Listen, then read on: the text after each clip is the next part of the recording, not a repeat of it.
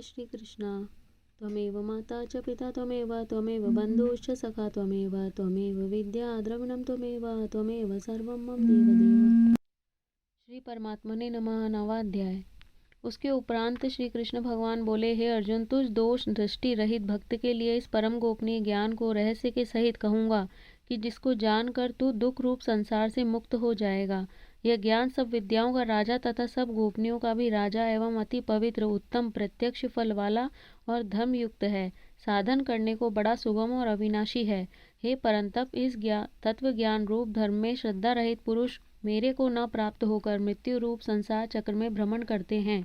हे अर्जुन, मुझ सच्चिदानंद घन परमात्मा से यह सब जगत जल से बर्फ के सदृश परिपूर्ण है और सब भूत मेरे अंतर्गत संकल्प के आधार स्थित हैं। इसीलिए वास्तव में मैं उनमें स्थित नहीं हूँ और वे सब भूत मेरे में स्थित नहीं हैं, किंतु मेरी योगमाया और प्रभाव को देखें कि भूतों का धारण पोषण करने वाला और भूतों को उत्पन्न करने वाला भी मेरा आत्मा वास्तव में भूतों में स्थित नहीं है। क्योंकि जैसे आकाश से उत्पन्न हुआ सर्वत्र विचरने वाला महान वायु सदा ही आकाश में स्थित है, वैसे ही मेरे संकल्प द्वारा उत्पत्ति वाले होने से संपूर्ण भूत मेरे में स्थित हैं, ऐसे जान।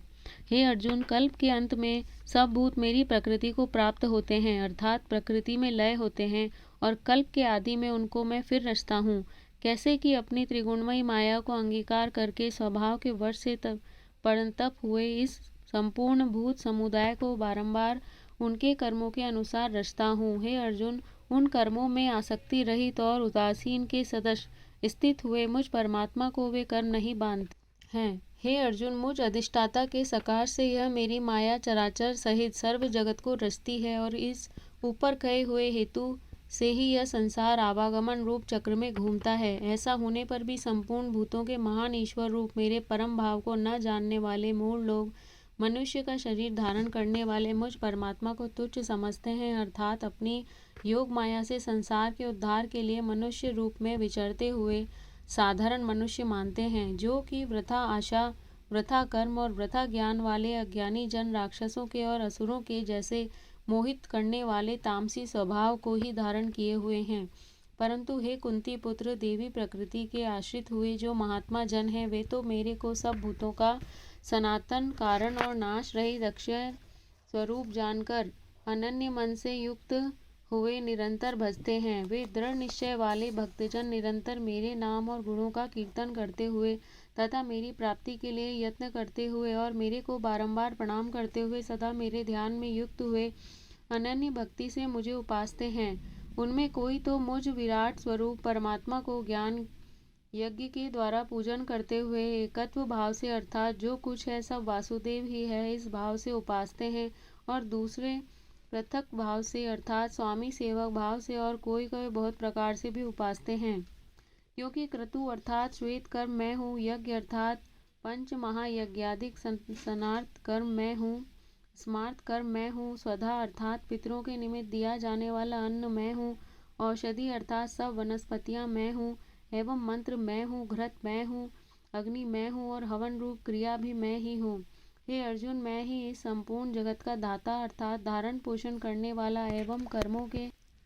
फल को देने वाला तथा पिता माता और पितामह हूँ, और जानने योग्य पवित्र ओंकार तथा ऋग्वेद सामवेद और यजुर्वेद भी मैं ही हूँ। हे अर्जुन, प्राप्त होने योग्य तथा भरण पोषण करने वाला, सबका स्वामी, शुभाशुभ का देखने वाला, सबका वास स्थान और शरण लेने योग्य तथा प्रति उपकार न चाहकर हित करने वाला और उत्पत्ति प्रलय रूप तथा सबका आधार निधान और अविनाशी कारण भी मैं ही हूँ। मैं ही सूर्य रूप हुआ तपता हूँ तथा वर्षा को आकर्षण करता हूँ और वर्षाता हूँ। और हे अर्जुन, मैं ही अमृत और मृत्यु एवं सत और असत भी सब कुछ मैं ही हूँ। परंतु जो तीनों वेदों में विधान किए हुए सकाम कर्मों को करने वाले और सोम रस को पीने वाले एवं पापों से पवित्र हुए पुरुष मेरे को यज्ञों के द्वारा पूजकर स्वर्ग की प्राप्ति को चाहते हैं, वे पुरुष अपने पुण्यों के फल रूप इंद्रलोक को प्राप्त होकर स्वर्ग में दिव्य देवताओं के भोगों को भोगते हैं। वे उस विशाल स्वर्ग लोक को भोगकर पुण्य क्षीण होने पर मृत्यु लोक को प्राप्त होते हैं। इस प्रकार स्वर्ग के साधन रूप तीनों वेदों में कहे हुए सकाम कर्म के शरण हुए और भोगों की कामना करने वाले पुरुष बारंबार जाने आने को प्राप्त होते हैं, अर्थात पुण्य के प्रभाव से स्वर्ग में जाते हैं और पुण्य क्षीण होने से मृत्यु लोक में आते हैं। जो अनन्य भाव से मेरे में स्थित हुए भक्तजन मुझ परमेश्वर को निरंतर चिंतन करते हुए निष्काम भाव से भजते हैं, उन नित्य एक ही भाव से मेरे में स्थिति वाले पुरुषों का योगक्षेम स्वयं प्राप्त कर देता हूँ। हे अर्जुन, यद्यपि श्रद्धा से युक्त हुए जो सकामी भक्त दूसरे देवताओं को पूजते हैं, वे भी मेरे को ही पूजते हैं, किंतु उनका वह पूजना अविधि पूर्वक है, अर्थात अज्ञान पूर्वक है, क्योंकि संपूर्ण यज्ञों का भोक्ता और स्वामी भी मैं ही हूँ, परंतु वे मुझ अवधि यज्ञ स्वरूप परमेश्वर को तत्व से नहीं जानते हैं, इसी से गिरते हैं, अर्थात पुनर्जन्म को प्राप्त होते हैं। कारण यह नियम है कि देवताओं को पूजने वाले देवताओं को प्राप्त होते हैं, पितरों को पूजने वाले पितरों को प्राप्त होते हैं, भूतों को पूजने वाले भूतों को प्राप्त होते हैं, और मेरे भक्त मेरे को ही प्राप्त होते हैं, इसलिए मेरे भक्तों का पुनर्जन्म नहीं होता। हे अर्जुन, मेरे पूजन में यह सुगमता भी है कि पत्र, पुष्प, फल, जल इत्यादि जो कोई भक्त मेरे लिए प्रेम से अर्पण करता है, उस शुद्ध बुद्धि निष्काम प्रेमी भक्त का प्रेम पूर्वक अर्पण किया हुआ वह पत्र पुष्पादिक में सगुण रूप से प्रकट होकर प्रति सहित खाता हूँ। इसीलिए हे अर्जुन, तू जो कुछ कर्म करता है, जो कुछ खाता है, जो कुछ हवन करता है, जो कुछ दान देता है, जो कुछ स्वधर्माचरण रूप तप करता है, वह सब मेरे अर्पण कर। इस प्रकार कर्मों को मेरे अर्पण करने रूप संन्यास योग से युक्त हुए मन वाला तू शुभाशुभ फल स्वरूप कर्म बंधन से मुक्त हो जाएगा, और उनसे मुक्त हुआ मेरे को ही प्राप्त होगा। यद्यपि मैं सब भूतों में समभाव से व्यापक हूँ, न कोई मेरा अप्रिय है और न प्रिय है, परंतु जो भक्त मेरे को प्रेम से भजते हैं, वे मेरे में और मैं भी उनमें प्रत्यक्ष प्रकट हूँ। मेरी भक्ति का और भी